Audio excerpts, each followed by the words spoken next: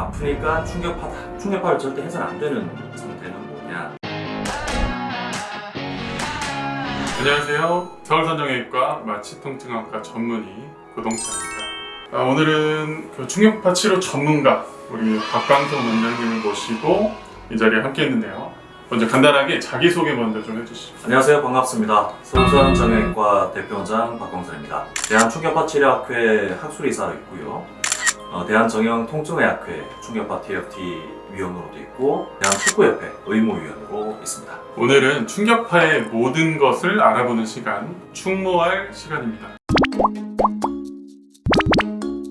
그러면 본격적으로 환자분들이 좀 궁금해하실 내용에 대해서 먼저 좀 알아보도록 하겠습니다. 이 충격파란 도대체 이제 무엇인지 좀 간략하게 좀 설명을 좀 부탁드리겠습니다. 그래서 보통 우리가 충격파라고 하면 엄청 아픈 거 그런 부분으로 이제 많이 생각들을 하고 계시다가 가장 쉽게 생각을 하시면 충격파라는 파동에서 에너지를 우리 몸에 잘 낫게 하는데 쓰도록 적절히 이제 만들고 구현한 것이라고 보시면 되겠습니다. 좀 정리해보자면 뭔가 좀 엄청난 에너지를 몸의 치료에 잘 맞게 쏴준다 뭐 이렇게 얘기하면 될까요? 그렇습니다. 그럼 이 충격파를 좀 이게 대개는 좀 아프다는 인식이 많은데 또 한간에서는 좀 아프게 좀 세게 받아야 좀 효과가 좋다 또 이렇게 말씀하시는 분들도 있어요. 네. 그래서 과연 이게 세게 좀 아프게 받는 게 이제 좀 더 좋은 건지 아니면 굳이 그렇게 안 받아도 효과가 있을 수 있는 건지 네. 거기에 대해서도 한번 여쭤보고 싶은데요. 그래요. 아프니까 청춘이다처럼 아프니까 충격파다.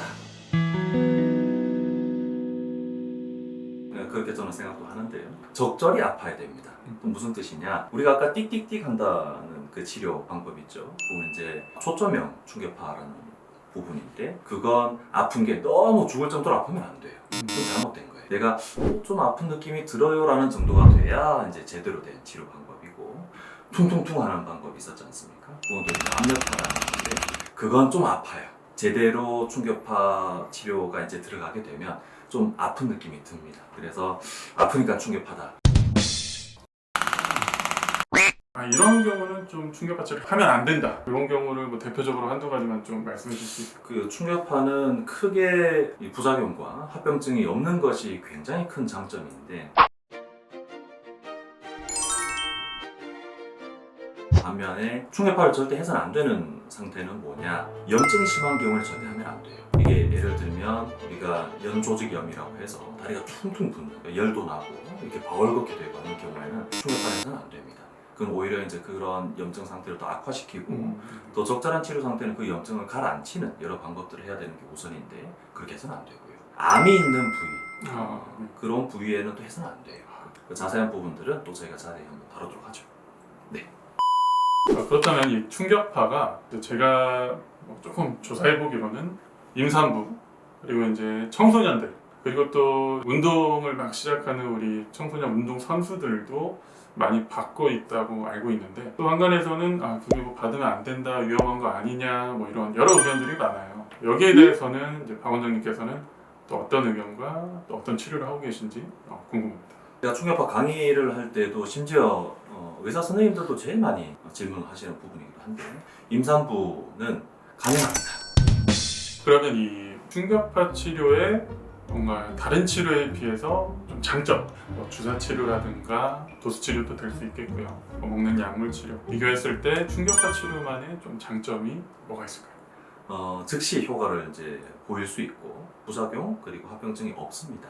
그렇기 때문에 이런 충격파 치료가 그 어떤 주사나 다른 형태의 치료보다 장점으로 작용하지 않을까 하는 생각을 저는 합니다. 되게 넓게 사용할 수 있고 그렇습니다. 부작용이나 합병증도 적고 그렇습니다. 우리가 생각하는 부작용으로 이제 얘기할 수 있는 거는 하나는 머문들 수 있어요. 몇 가지 주의를 하긴 해야 됩니다. 이게 굉장히 통증에 예민한 분들은 너무 설득하면서까지 하시면 안 돼요. 네. 간혹 통증에 의한 쇼크가 올 수도 있습니다.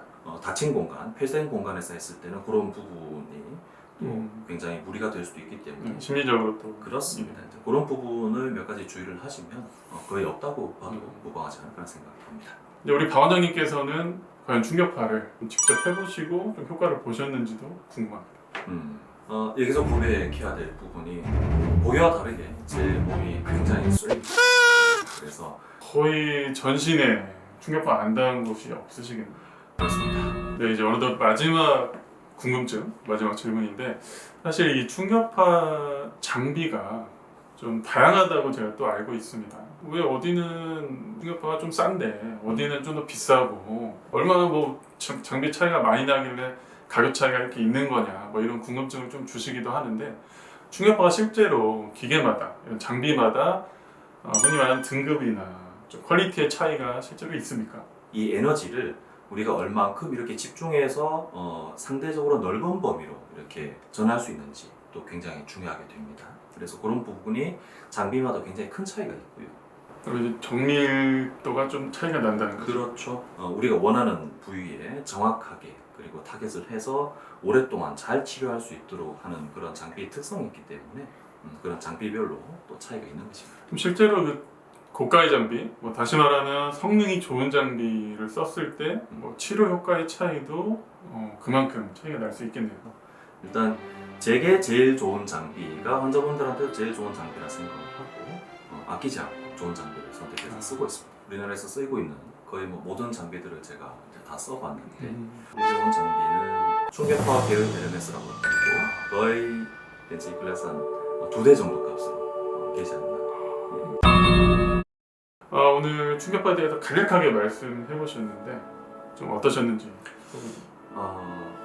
하다 보니 말씀드리고 싶은 게 너무 많네요. 그러신 것 같아서 제가. 그리고 우리 환자분들이 평상시에 질문하시던 그런 부분들을 좀 자세히 앞으로 풀어나가야 되겠다 하는 생각을 하게 됐습니다. 저희가 이제 충격파에 대해서 뭐 그동안 쌓인 궁금증들 앞으로 많이 다루고 또 많이 답을 드릴 텐데요. 주로 충격파에 대해서 궁금한 점들이 있으시면은 아래 댓글창에 남겨주시면 저희가 그 내용들 다 반영해서 여러분께 도움이 될 수 있는 영상으로 찾아뵙도록 하겠습니다. 오늘 충격파의 모든 것을 알아보는 시간은 여기까지였고요. 다음 콘텐츠에서 더욱 알찬 내용으로 여러분들 찾아뵙도록 하겠습니다. 감사합니다. 감사합니다.